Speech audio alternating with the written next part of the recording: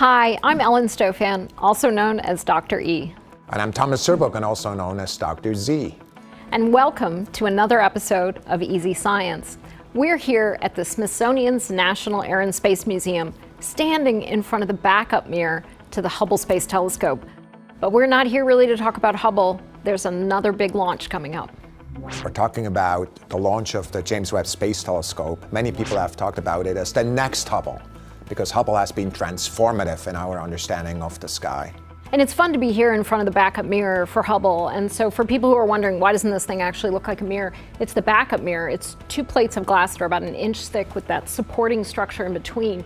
And if it had launched, it would have been coated in a reflective material, so it would have looked more like a mirror. These telescopes use these big mirrors to collect light, which then go into an instrument. So spectrographs are really cool instruments, and they've been used in astronomy and astrophysics for over 100 years. Spectrographs, of course, having the ability of splitting up the light and looking at the composition of light and actually the originator, whether it's what gases is and so forth. And frankly, spectrograph also here in the museum, right? In fact, we have over 100 years worth of spectrographs here at the Air and Space Museum. In 1929, Edwin Hubble actually used a spectrograph to determine the fact that the universe was expanding.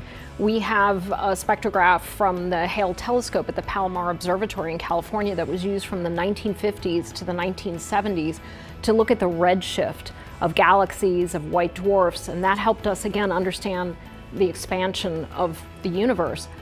But I'm really fascinated with this issue of using a spectrograph to really understand what materials things are made of, how are they moving, and really just collecting that light, which James Webb will do from very early in the history of the universe. So if you compare Hubble with Webb, there's really two fundamental changes. The first one is, if you look at the mirror, this is 2.4 meters. It's like this, kind of roughly kind of my height. You look at a Webb and it's unfolded, it's 6.5 meters. It's like 3 of me or more, right, with the hand up. So the other thing that's really exciting, the light that we're looking at is actually much, much colder.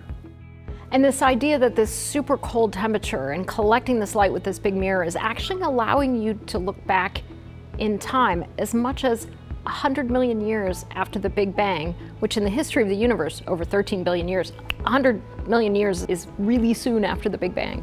Recently I looked at the album of one of my children's, with all the pictures, and I imagined, suppose I didn't know about the first year, what I would miss about the story of my child. It's now in college.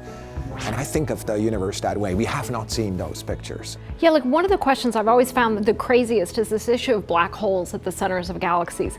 Right now, pretty much every galaxy we've looked at has a black hole at the center. And so we are really curious about these very early galaxies.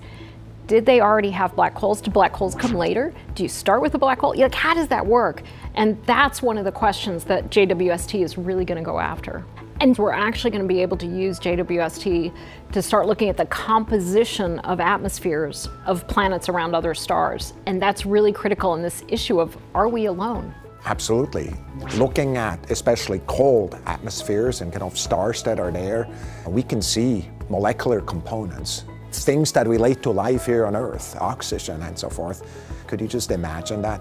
We're about to open that door. And what I think people don't necessarily appreciate is the way we've had to push technology to get to this point. Absolutely. And that's the beauty of doing amazing new science. We develop new technologies. So consider this technology that was used to shape the mirrors correctly. That technology right now is being used by eye surgeons around the world. That's just one of the many benefits that come from a development like this. So exciting, and I wish I could be with you at the launch, Thomas, but it's a little bit far away. And so can you tell us where the launch is? Yeah, it's from French Guiana, a town called Kourou. It's right at that coastal community there where the European Spaceport is. We'll fly on an Ariane 5 provided by the European Space Agency. The Canadian Space Agency also provided an instrument here. So we're excited and ready for it. Just like Hubble, JWST is going to help us rewrite textbooks for years to come. Stay tuned, watch for the launch of the James Webb Space Telescope, and stay tuned for another episode of Easy Science.